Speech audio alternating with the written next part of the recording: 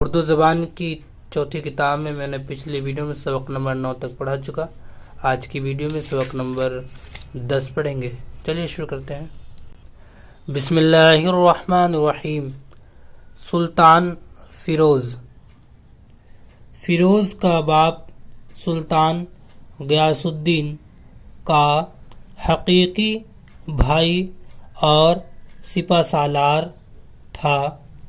ابھی فیروز کی عمر پورے 7 برس کی بھی نہ ہونے پائی تھی کہ یتیم ہو گیا، مگر چچا نے اس کے سر پر دستِ شفقت رکھا اور باپ سے زیادہ اس کی تعلیم و تربیت میں سعی فرمائی.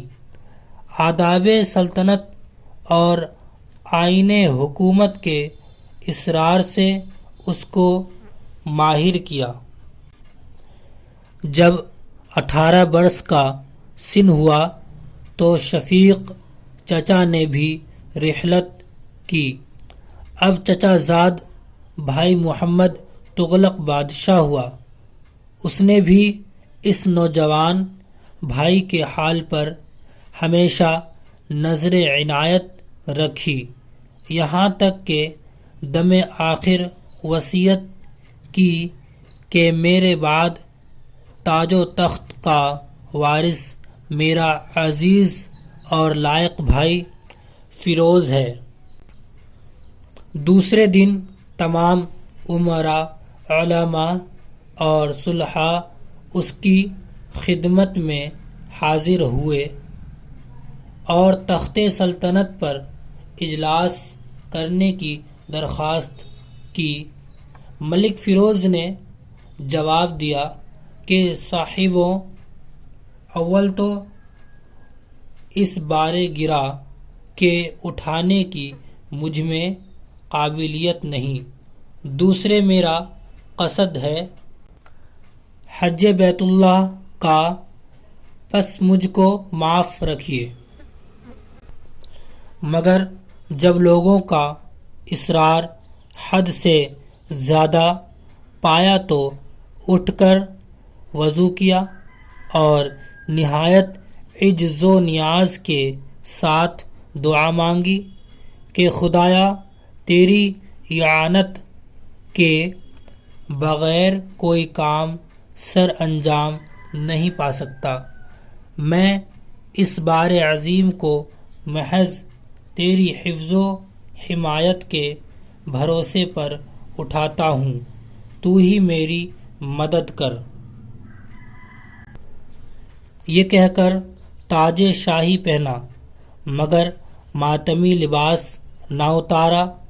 مقربان خاص نے تبدیل لباس کے لیے التماس کیا تو فرمایا کہ یہ اس شخص کے ماتم کا لباس ہے جو میرا باپ، استاد، مربی اور آقا تھا. ممکن نہیں کہ جاہ و سلطنت کی مسرت اس کی جدائی کے غم کو بھلا دے. وہ بڑا رعایا پرور، نیک منش اور رحم دل بادشاہ تھا. پہلا کام اس نے یہ کیا کہ تغلق کے زمانے کا زر تقاوی جو رعایا کے ذمہ واجب الادا تھا، یک لخت معاف کر دیا. ایک بار اس نے ملک سندھ پر فوج کشی کی تھی. سندھیوں نے شاہی فوج کی تباہی کا یہ سامان کیا کہ فصل ربیع کی زراعت جو تیار تھی خود برباد کر دی.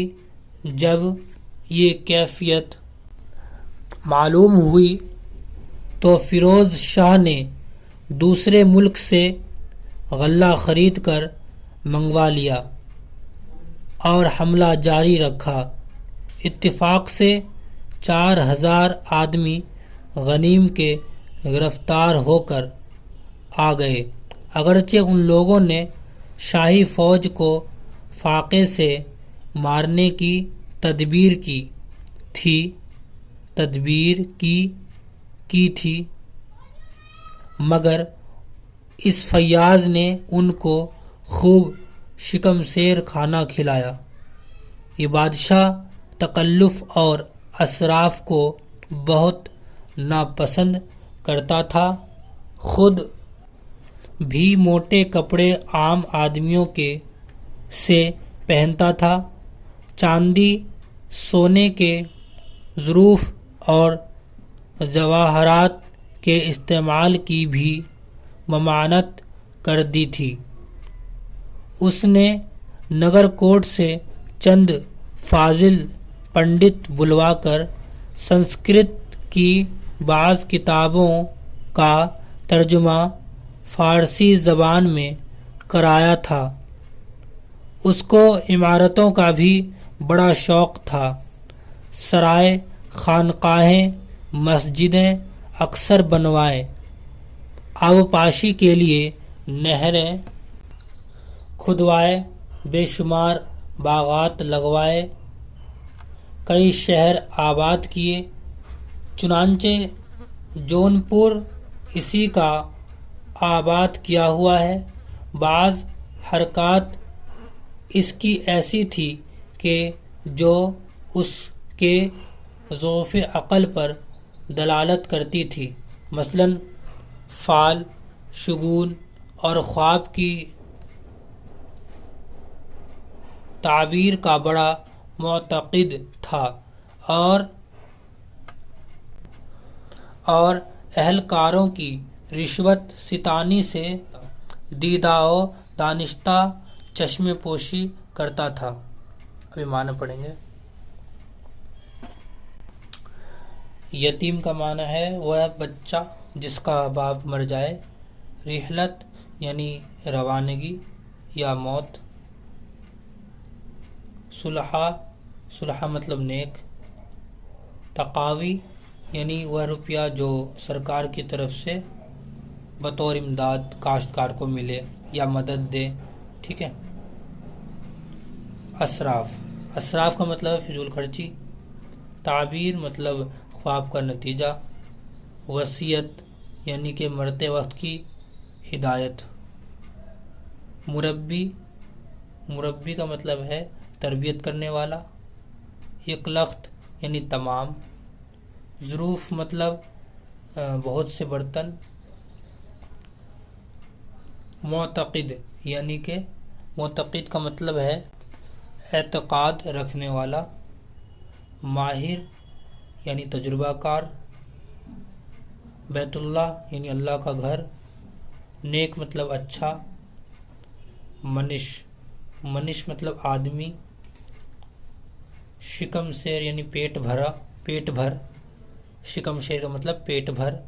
خانقاہ یعنی درویشوں کے رہنے کی جگہ۔ رشوت ستانی یعنی رشوت لینا۔ شگون کا مطلب ہے فال۔ آپ یہاں تک یاد کر لیں گے، انشاءاللہ اگلی ویڈیو میں سبق نمبر 11 پڑھیں گے۔